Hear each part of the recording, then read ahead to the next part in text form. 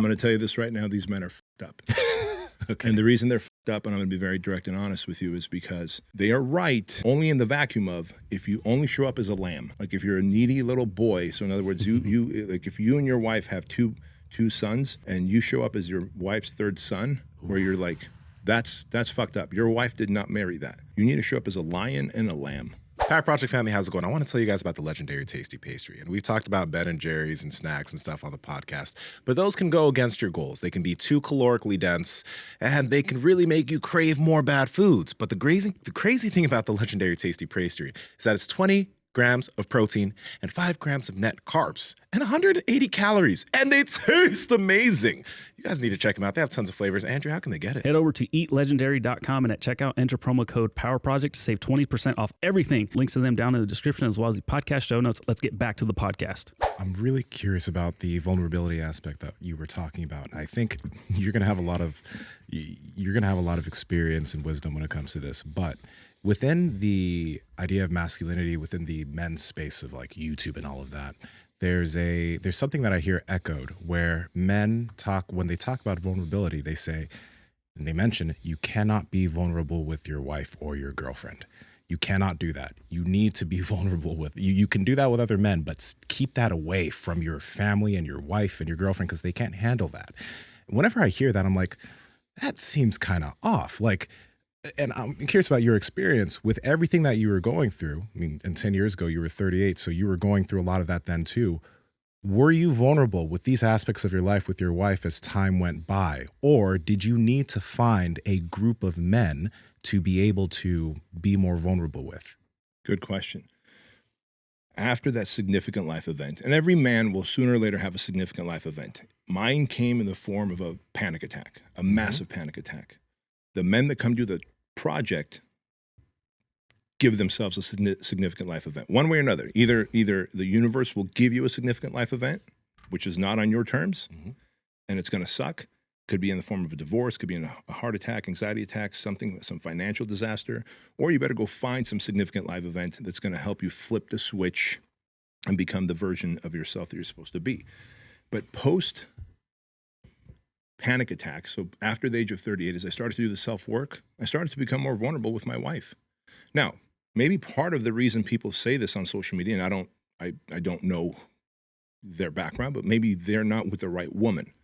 They think that women can't handle that. They think that women see men as weaker when men, because you know there's this narrative that, oh, women do want men to be vulnerable. But on their side, when they're talking about those things, they're like, your woman's going to see you as weak. She's not going to like seeing that side of you. She says she wants the vulnerable side of you, but when she sees it, she's going to think you're weak and she's probably going to leave you. That's the narrative that these men have and that they put out. I'm going to tell you this right now. These men are fucked up. Okay. And the reason they're fucked up, and I'm going to be very direct and honest with you, is because they are right only in the vacuum of if you only show up as a lamb. Like if you're a needy little boy, so in other words, you like if you and your wife have two sons and you show up as your wife's third son, where you're like, that's fucked up. Your wife did not marry that. You need to show up as a lion and a lamb, right? And so when I go to fucking battle for my family and I work and I create businesses and I create empires and I create legacy fucking wealth, and I'm able to donate to Shriners Children's Hospital, Toys for Tots, Compassion International. We've got 97 kids adopted through Compassion, 3 charity-based, kid-based charities, all because it's healing for me, right? My wife's like, you're a fucking savage. But then I come home and I can be a loving servant. I could be a lion out there and be like, hey, like I was telling you guys, me and Fleischman just bought this 26-acre fucking ranch and we're spending $8 million just outfitting it. Jesus. Just outfitting it with fucking obstacle courses in this mega barn that's gonna hold 800 people for live events, right? She's like, you're a fucking gangster. Like, that's fucking, you're a dangerous man, right? But then I'll lay down and let the puppies and the cats fucking crawl all over me, and I'll pull my wife into the group with us, and I'll just like treat her like one of the puppies, and she's like, holy fuck, like a lion and a lamb, right? But nowhere do I show up as my wife's third son. And that's the problem, is when these guys fucking show up as a needy little boy that ask their wives for permission. Well, where do you want to go for date night? I don't know. Where do you want to go? Do you want steak or sushi? How about you go, hey, honey, tonight is date night, and we're going to go for steak, and we're going to go for 7 p.m., okay?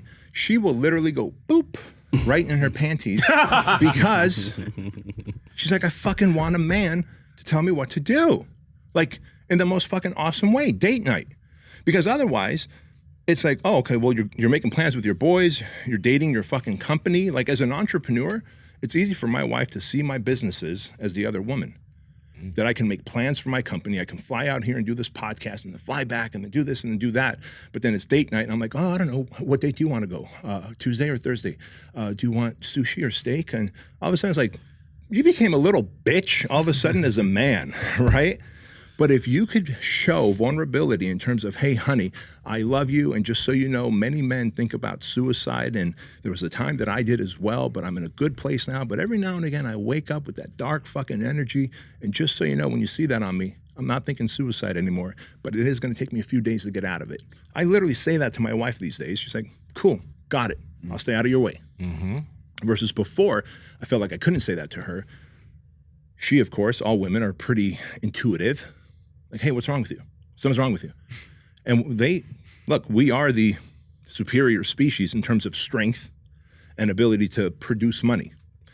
And so the story she starts telling herself is, this motherfucker gonna leave me? Should I be worried? There's something going on? Is there another woman? But if I could be vulnerable and be like, hey, I woke up a little dark and cranky. I got the fucking case of the darkness again. Because I do believe that is my superpower. I can feel what other men are feeling. And I can articulate it on social media or podcast and be like, dudes, we will sit in a fucking parking lot. You will sit there long enough to fucking think of all the different ways of killing yourself, but then you won't because you think about the responsibility and you think about the fucking work that you still have to do with your kids and then what is the trauma that's gonna leave on a lingering effect.